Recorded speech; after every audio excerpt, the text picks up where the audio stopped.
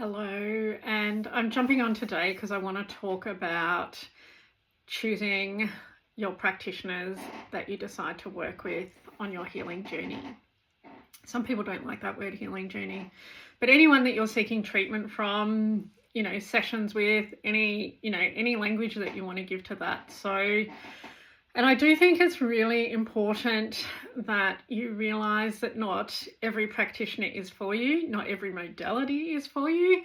And I've had my own journey through modalities, people, all of that kind of stuff, to be well versed, not only as a practitioner myself, but as a receiver of sessions and modalities and all of those kind of things.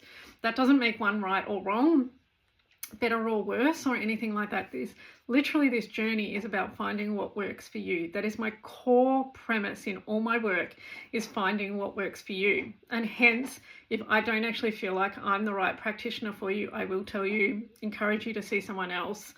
I may be able to suggest people to you, I might suggest modalities, all of that kind of stuff. But there are times that you will need to find them on your own. And this is where I choose not to have testimonials on my page, first and foremost, because you're all unique. So using or choosing to follow, a Google review or any of those kind of things is, in my mind, that has the potential to send you down a pathway that's probably not necessarily going to be a great fit. Because in part, in doing that and in giving our power over to a testimonial, in essence is saying, I don't trust myself. I don't trust what I'm reading. I don't trust those internal nudges, all of those kind of things that we tend to, after we've worked with someone that doesn't fit very well, and we go, I knew better than that. They're the things that I want you to come back to and recognize, those internal nudges, the things that say yes or no. And if you're in human design, we've got an authority that leads that and a strategy that leads that. And some of that takes time to learn, like I'm learning myself with my sacral authority and my strategy of responding, that my yeses aren't really yeses when they're being influenced by others, hence testimonials. And as I said, I really have wound back using those in my decision making. And so I think part of, as I said, this conversation is around some pretty traditional, red flags, green flags, and then some nuances behind that. So, first of all, a pretty big red flag for me personally is someone that wants to sign you up to sessions without, really considering your condition. So if they're pressuring you, encouraging you, or you're even following a nudge, and I don't even know if I can call it a nudge, because if it's being influenced by fear, e.g. the cost of fear, because typically, packages come at a slightly cheaper rate than buying individual sessions and all of those kind of things, that can get you caught up in a paradigm that's probably not a good fit. Because let's say you start and you have 1 or 2 sessions and then you realize this person isn't for you. And I just had a client recently go through this with a specialist, and had one session, wasn't really a fan, turned up to get results because that's the only way they could get them, but had definitively decided after 2 sessions they were not returning to this specialist. So imagine if you've invested in 10 sessions and you get to 2 or 3 and you go, this really isn't a good fit, but their policies and all of that kind of stuff says you can't get a refund. You've actually spent more money than if you'd done 1 or 2 sessions and made that decision and gone, yep, we're not a good fit. And I think this is a great place because most, particularly online practitioners these days, do have complimentary, free 15-minute chats where you can actually talk to them, ask questions, all of those kind of things to see whether you are going to be compatible or not, a good fit, a good mind, like even a good mindset fit, a good philosophy fit, because there's no point coming to me on some level if you're and I probably sit between two worlds. I sit between a science world and I sit between a woo-woo world. So I can fit into that. Not all my clients hear my woo-woo conversations, and my woo-woo clients don't necessarily hear my science stuff. So there is a place, particularly for people like myself who do come from both worlds, to combine them. And there are some clients who get it all, very mindful of who's sitting before me and their needs and desires and all of those kind of things. And that's not me shutting that down. It's just me being aware of who the person is sitting in front of me, because as I've discussed previously, I'm a people first and a client-led practitioner. And that's probably a conversation. And I guess, no, it probably does fit in here. Because one of I guess it's probably an amber light for me, is when somebody says they're evidence-based. And fundamentally, most people go, there's nothing wrong with being evidence-based, particularly if you're pro-science. However, for me, if that rules out somebody considering you, then that's a red flag. And I've had that. I've experienced that as a client. I was seeing a Chinese medicine practitioner, and I have a hearing condition, tinnitus, and had gone to them seeking some, help with that, as, we typically do when we've got something that's frustrating us.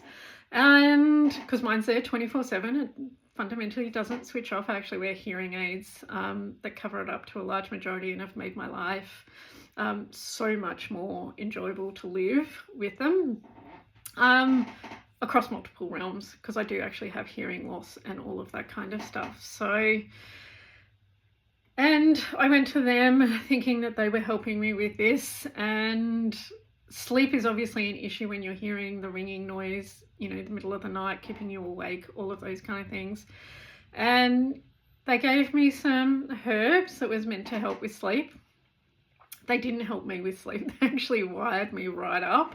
And I went back to my next session and said this to them, and they go, that's impossible. That's not how they work. And I'm like, but that's how they worked for me. So and that should have been a big enough red flag for me to walk out the door and never come back. No, I needed to be hit over the head well and truly to learn that. And I invested a lot of money in this practitioner, a lot of money, a lot of sessions, a lot of herbs, all of those good things, to come away fundamentally not feeling seen and heard. Because in the end, I went to them. Hubby and I were experiencing some cold symptoms, there was stuff going on in there. And he goes, next session we'll get back to dealing with your cycle. And I'm like, what do you mean my cycle? Like, that's not, and then started to bring in all that Eastern Western medicine mindset. Oh, you don't understand. We've got to sort this out first. And then, so the whole time I thought I was being treated for tinnitus. I actually wasn't being treated for tinnitus at all. And they thought they knew me better. So that's a big, big, big red flag. But again, coming back to the herb story, they were trying to make out that the science said these herbs would help with sleep. They didn't. And I didn't feel heard, right? Fundamentally, I didn't feel heard. So, yeah. And in the end, I didn't end up after they said that. And I'm like, okay, so you're clearly not hearing my core need of dealing with this condition first and foremost. And so that's what I'm saying. So if they talk about being evidence-based, that the science says this and X and Y, I often say to my clients, if you read that research paper, do you meet the methodology? Do you meet the selection criteria for the person in that research paper? Because often you won't. So very rarely will you meet all criteria. We could be talking about, I have another client who's talking about ice baths and all sorts of things, and typically those things are researched on elite male athletes in like their 20s, right? Maybe even slightly younger, or maybe slightly older, but typically in their 20s, elite male athletes. So let's say you're a 50-year-old woman who does basic exercise. Can you see how you don't fit that? So there is no guarantee that those results will give you that outcome. And so we can be evidence informed which means we use that evidence and go, there's a possibility this might help you. But you try it out, you come back, you give me your feedback, and then we move from there. Because they could come back and go, nah, that was crap. And ice baths is another story, particularly for women, menopausal, perimenopausal women. Probably not a great idea for a fried nervous system. So hence why I say I am client-based, evidence-informed. And so just be mindful of those nuances, that if your practitioner is not hearing you and you've had a couple of sessions, they're saying this should be working, we're going to keep doing the same thing, we're not going to change, we're not going to detour, we're just, this is the way it's going to be, I would probably try someone else.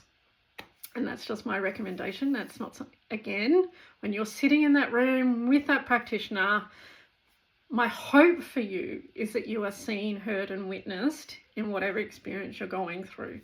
That you feel like you can open up, you can be honest, you can express yourself freely. All of those things are vitally important when you're choosing a practitioner to work with. And the main reason I'm having this discussion before we even get into pain or any of those kind of things is this is such an important process. And the advantage of today is that you can stalk them on Facebook, you can stalk them on Instagram, you can go to a website, you can read their blogs, you can get a feel for them, even on YouTube like I'm doing now. And you can really tune into whether they're a good fit for you or not. And then, as I said, you can layer that with probably a complimentary session, particularly online space. A lot of practitioners will do that, which I think is great. Like, I don't think it's, and okay, so moving on to another red flag, if someone is pressuring you to sign up to sessions and all of that kind of stuff, if you feel pressured in any way, run for the hills. Again, if somebody's doing that, I don't necessarily think that they're in it for you. I think they're in it for the money that you potentially bring to that. And I've had that happen to me with a coach, and I called them out on it. I absolutely called them out. We had our, session to see whether we were a good fit or not. Kind of got the feeling that I was a number on an Excel sheet. They were looking to make $100,000 that year. They were getting close to their end date, and they were getting close to their goal. And I originally said yes, and then I jumped off and really thought about it, and I just felt like, no, I just feel like $1 on there, on a screen, in a spreadsheet, and all of that kind of stuff. So as I said, I called them out on it. I contacted them and said, I really don't think this is a good fit. And I did say, I feel like $1 in your system. And because I said to them, what if again, there's that element of being able to ask those questions. And I've grown in that strength to kind of ask those things. And I think it's really important that you should be able to ask those things, Most of the time, of course, they're going to say no. But you have a feel for it. You do. And this comes back to that trust kind of thing. So in the end, I didn't invest in them. And I'm grateful for that learning experience to know what that felt like. Hence why, as I said, I'll reiterate, I'm a people first practitioner, business owner, all of that kind of stuff. As strange as it sounds, I don't actually have a financial goal for the year, because I trust that if I put you first, everything flows from that. And so as I said, I function really differently in a business mindset. So just be mindful that there are other practitioners out there like that as well, that you come first. And fundamentally, if done right, that can be a really healthy relationship. Because obviously the flip side of that is I don't want you heavily reliant on my sessions as your only solution. I will give you suggestions and helping ideas and all of those kind of things, actions to take for your benefit, not for mine, and up to you whether you choose to take them or not from that side of things. But I do always say I am a support to your core, how do I explain it? Probably you looking after you first, and then I support that. Particularly when it comes to pain and all of those kind of things. There's so much I can't do for you, and if you're only seeing me once every 4 to 6 weeks, then there's so much in that period that you need to be doing yourself. I'm an adjunct and a support for that. And so again, if you've got a practitioner that is making you heavily reliant on them, I also think that that is a very big amber, possible red flag. So let's talk about some green flags. Let's talk about green flags. Obviously, you feel extremely comfortable with them. That has to be first and foremost. Second, you like their treatments. Again, that has to be pretty common practice in there. That needs to be included in the equation. If you don't, e.g. me as a massage therapist, if you don't, my therapist, language again, if you don't like soft tissue hands-on work, then I'm not going to be the practitioner for you, and don't force yourself into that category. I have had some clients who've successfully managed to get over their dislike of touch, because touch is so beneficial. But again, I'm not here to force you to change. I'm not here to force you to like a modality, a practitioner, or anything like that. And as I've said, I've tried many modalities that I've given a good go, Chinese medicine being one, kinesiology being another. And sometimes it depends on the practitioner. This is also where we lead with a modality.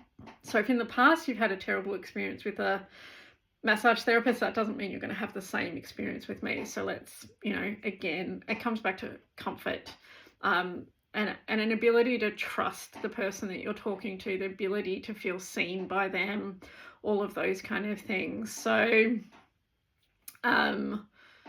someone who's approachable, obviously, that's, somebody who can hear you, can empathize with you, be compassionate with what you're going through, all of those kind of things is really important. I personally don't, again, personal choice, I don't want someone who's overly harsh. I don't want tough love when I come to those kind of things. Some people do, and some people might perceive, interestingly enough, my online sessions as a bit of tough love, but I'm a straight shooter. I'm not going to hide that either. But I like to feel like I've got a capacity to give that to you in a manner that you can hear it, receive it, integrate it, and do all of those kind of things. So again, that can probably feel like a little bit like tough love and all of that kind of stuff, but I am mindful where that energy is coming from. So if somebody is overly harsh, critical, all of those kind of things, probably not a good fit for me. Again, something for you to take personally. And as I said, a lot of this is about finding your standards, your expectations, and you can have your checklist and tick off, do they meet this, do they not meet this, all of that kind of stuff. It's not a negative thing to actually have standards when it comes to the person that you're working with. And then obviously you want them to have a good quality skills base. You want them to be knowledgeable in their area. You want them to know their boundaries, all of that kind of stuff, because, when people step outside their scope, this is where problems can typically arise. Now, I'll just use massage again as an example, that some people might be, I don't know, what shall we say, mentored, let's say by a chiropractor or something like that. And we can sit here and probably go, it doesn't happen a lot, but it does happen, where they move outside those bounds. They've been mentored by them, shown how to maybe do a couple of adjustments, that kind of stuff, practice on them, all of those kind of things. That does not make you qualified in chiropractic adjustments, right? Let's just get that clear. And so when somebody goes to work on a neck or, mid-back or something like that, and they haven't had formal training, but they've been mentored, again, that does not make you qualified in it, and that's you stepping outside your bounds. That is not somebody that you want to work with. You want to know that the treatments they're giving you, they're qualified in. And And that doesn't mean, so like I've got an energy modality, healing modality that I've created myself. And I'm very mindful of how I use it, when I use it, and who I choose to use that on. And it's not actively advertised on my website or anything like that. But I do have holistic counseling background, and I do have, energy healing background in Reiki and Seisham and pranic healing and all of that. So I do have a core foundation in that. So again, that's a trust thing, and hence why it's not on my website from that side of things. That's a special niche area for somebody who may already be working with me, and I may open it up as an option to consider. And then I'll explain everything that goes on with that. I'm very clear, open, all of those kind of things. And that's like when you have a session with me, I'm very clear about the areas I'm going to work on, if I'm going to use cupping or dry needling and all of those kind of things. Just, I'll let people know it's not something that I just do. It's not something that I just go, I let them control the session. You control the session. I can suggest cupping and somebody goes, yeah. And I go, have you had it done before? No. Okay, we'll put one on. You tell me whether you like it, whether you're okay with it, whether you're willing to continue with it. If you don't like it, I can take it off. And I've had clients who've done that and they've gone, no, don't like it. Same with dry needling, all of that kind of stuff. And I guess dry needling's another hazy background kind of story. In the soft tissue world, we use it for pain, all of those kind of things. It is very different to acupuncture. It is not the same, even though we use the same needles. It is not the same modality. And I'm also very mindful of using that, like, let's say with pregnant women, all of those kind of things, because basically nearly every point on the body has an acupuncture associated point. I do understand from an energetic perspective and the way meridians work and all of those kind of things. That's not something I want to play with a pregnant woman. It's the same with essential oils in pregnant women. I don't use them on pregnant women because there's a lot of research done on pregnant rats, but not a huge amount on pregnant women.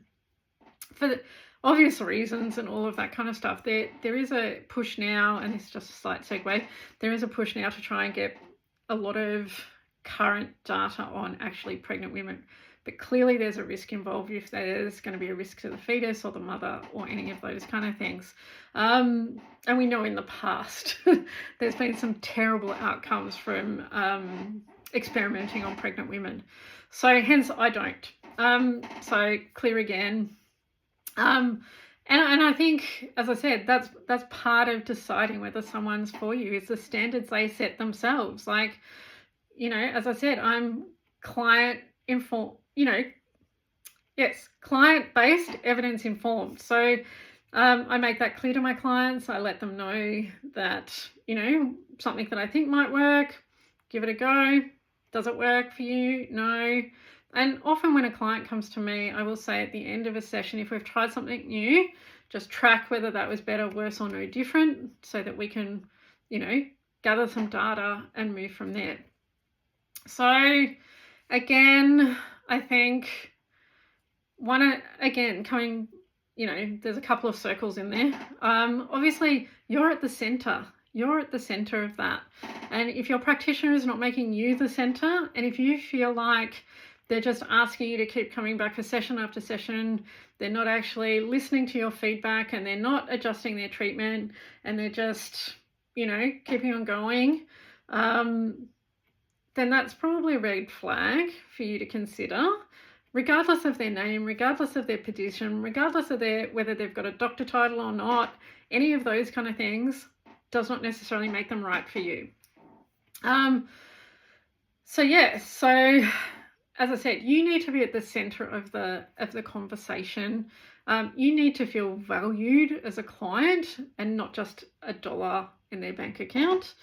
And you'll know that. You'll know that, as I said, if a practitioner is telling you, come back next week, as I often say to my clients, if you need to see me every week, I'm not actually doing my job. If you want to see me every week, then that's fine. But if you need to see me every week, I'm not doing my job. So, again, that's, something to consider. And if you don't feel like you're actually making progress, then that's probably not a modality that you want to continue and keep butting your head up against just because somebody else said that was a good thing, which brings us back to the testimonials as well, is learning to trust yourself when it comes to that decision-making process. And as I said, I've taken testimonials off my page. I've got a tidbit on my service page that tells you why I've done that. I want you to trust your decision. I don't want it being influenced by others because their experience could be 10 times different to yours. And then there's guilt, anger, frustration, all hidden in the background there because it's not working, because you've trusted someone else's word. And I would highly suggest across the board, whether that's a coaching package, anything that you are needing to be heavily influenced by a testimonial or a list of testimonials, run. Like literally run. That is not a good fit.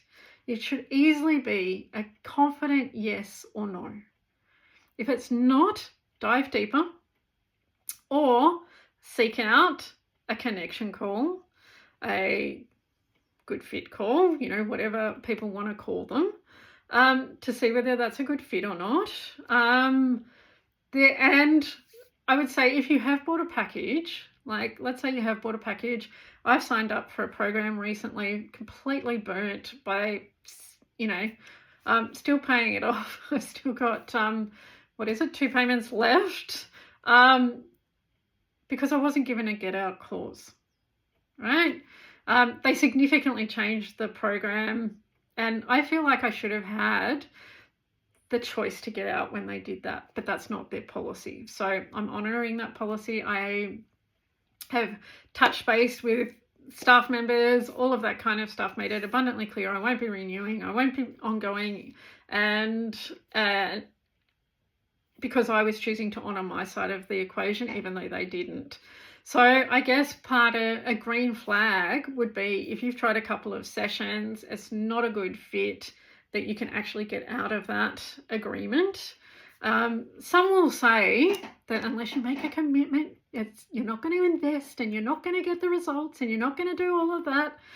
That's actually somebody who is tied to a very old strategy of getting people to return, come back, see value, and all of those kind of things. Because in my experience, I've never needed to force a client to come back.